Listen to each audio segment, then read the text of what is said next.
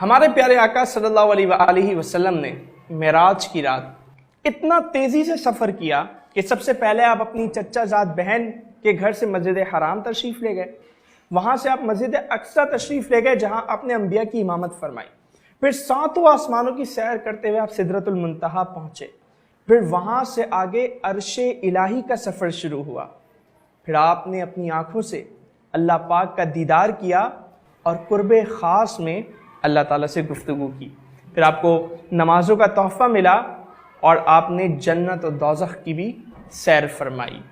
واقع معراج سے آپ صلی اللہ علیہ وآلہ وسلم کی شان کا اندازہ ہوتا ہے کہ معراج کی رات آپ جس بستر پر آرام فرما رہے تھے، جب آپ معراج سے واپسی آئے تو وہ بستر اسی طرح گرم تھا، جاتے ہوئے آپ نے جس پانی سے وضو فرمایا تھا وہ پانی اب بھی بہہ رہا تھا، سفر معراج پر جاتے ہوئے جس ٹہنی سے آپ کا امامہ ٹکرایا تھا وہ ٹہنی واپسی پر بھی ہل رہی تھی، برسوں زمانے کی حرکت رکی رہی، نہ ناخن بڑے ہوئے نہ کسی کے بال، نہ پودوں کے قد میں اضافہ ہوا نہ درختوں کی جسامت بڑھی، برسوں کا طویل ترین سفر پیارے آقا صلی اللہ علیہ وآلہ وسلم نے کچھ ہی وقت میں طے فرمایا۔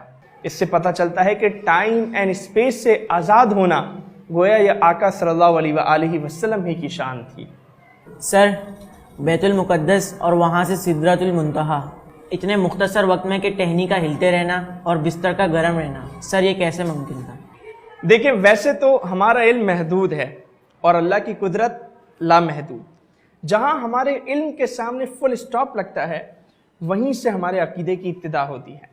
میں اسے ذرا پریکٹیکلی سمجھاتا ہوں۔ فور ایگزامپل، یہ گھڑی ہے، اس میں سیل ہے، اگر میں اس کا سیل نکال دوں تو کیا ہوگا؟ گھڑی رک جائے گی۔ گھڑی رک جائے گی۔ بالکل اسی طرح کائنات اور اس کا نظام آقا صلی اللہ علیہ وآلہ وسلم کے وجود سے چلتا ہے۔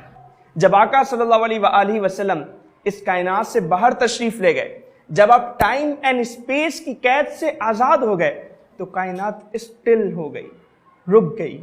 اسی لیے ہم کہتے ہیں نا کہ وہ جو نہ تھے تو کچھ نہ تھا، وہ جو نہ ہو تو کچھ نہ ہو، جان ہے وہ جہان کی، جان ہے تو جہان ہے۔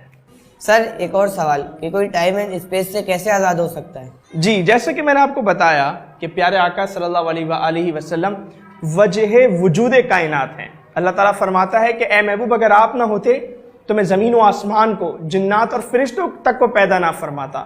تو آقا صلی اللہ علیہ وآلہ وسلم کے کائنات سے باہر چلے جانے سے یہاں کا نظام رک جانا یہ ناممکن نہیں ہے، امپاسبل نہیں ہے۔ اور اگر ہم سائنٹیفکلی دیکھیں تو سائنس بھی انرجی ایکول ماس کی تھیوری مانتی ہے کہ اگر کوئی انسان روشنی کی رفتار سے سفر کرنے کا ہنر جان جائے تو وہ ٹائم اینڈ اسپیس کی قید سے آزاد ہو جاتا ہے۔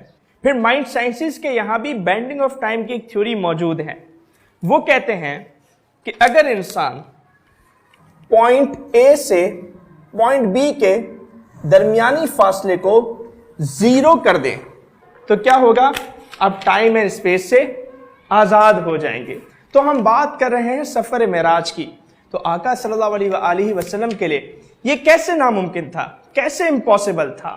اور پھر سب سے آخری بات، سفر معراج جس نے کروایا وہ کون ہے؟ وہ اللہ تعالیٰ کی ذات ہے جس کی قدرت لامحدود ہے۔ وہ اگر چاہے تو ایک لمحے بلکہ اس سے بھی کم میں یہ سفر